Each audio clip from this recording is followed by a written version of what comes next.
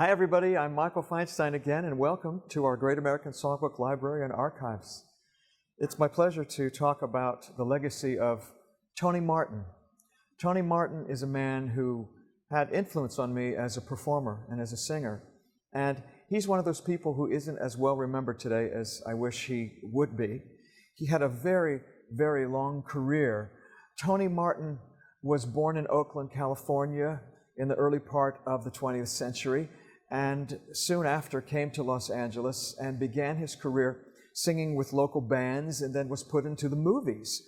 Well, Tony Martin had a very long movie career, and we have inherited a number of his pieces of music and scrapbooks and memorabilia, which not only tell the story of Tony's career, but also of his wife, Cyd Charisse, whom he married in 1948, and they were married for well over 50 years. So the legacy of Tony Martin is inseparable from the legacy of Cyd Charisse, who I suppose is better known these days because of the iconic films she appeared in, including Singin' in the Rain and The Wagon. Tony never had huge success as a motion picture star, but was in a number of amazing films, including Follow the Fleet with Fred Astaire and Ginger Rogers, which was his first film, a movie called Pigskin Parade, which was Judy Garland's first feature film. And among the things that we inherited from Tony's archive is this still from 1936 from Pigskin Parade, which shows Tony, Judy Garland, and Jack Haley, who was a co-star of the film. This is a still from a 1953 movie that Tony made called Easy to Love, in which he co-starred with Esther Williams. This is a publicity shot of Tony later in his life, as he started playing a lot of nightclubs in the 1960s and 70s with his wife, Cyd Charisse, and this is a publicity shot of the two of them. They not only toured together a great deal, doing a singing and dancing act, but they also wrote an autobiography, a dual autobiography called The Two of Us. One of the fun things about going through this memorabilia is finding something like this, a piece of sheet music that Tony autographed to a name that I can't quite make out, but it says, "Best wishes always, Tony Martin," and why the dedicatee didn't receive this music, we'll never know. But this song here was actually a very popular radio hit for Tony back in the 1950s. One of his biggest hits was called There's No Tomorrow. And there's a story about Tony singing that at the Friars Club, at a salute to Lucille Ball and Desi Arnaz. And a comedian whose name was Harry Einstein finished a routine, then he collapsed on stage, and it turned out that he had a heart attack, and nobody knew what his prognosis was, but they said, Tony, get up here and sing something.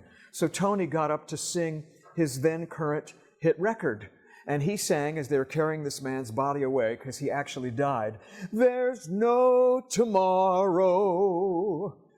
And that story is absolutely true. And Harry Einstein, the comedian who died, is the father of the comedian Albert Brooks. And I said, "Albert, is that story true?" He said, "Yes, it's absolutely true." Well, as performers, we often get requests to sign autographs on pieces of music or some other memorabilia. And this is a piece of sheet music that commemorates a recording of the song Manhattan that Tony Martin made with Dinah Shore. And it's in our archive, and accompanying it is a letter that says, "Mr. Martin, I'm hoping that this reaches you and that you might find the time to autograph this music for me. I would then like to send it on to Ms. Shore, thanking you in advance. Hopefully, longtime fan and admirer, Claire Warwick, Wapato, Washington." Well, he never signed it and he never sent it back. So I would officially, on behalf of Tony Martin, like to apologize to you, Claire. If I could get Tony's autograph for you, I would, but it's a little late, and Dinah too. We have a lot of scrapbooks that came from Tony and Cyd Charisse's collection. And this one is a commemoration of the career of Cyd Charisse from the 1960s. And it's quite extraordinary because they both very well documented a lot of their lives.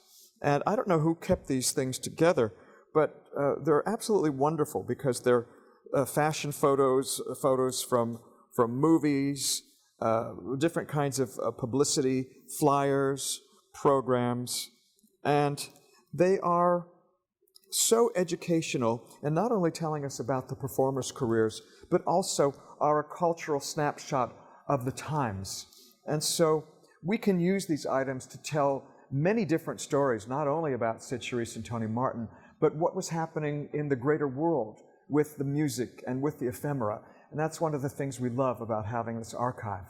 So if you'd like to know more, you can always visit us at thesongbook.org. And please join us again.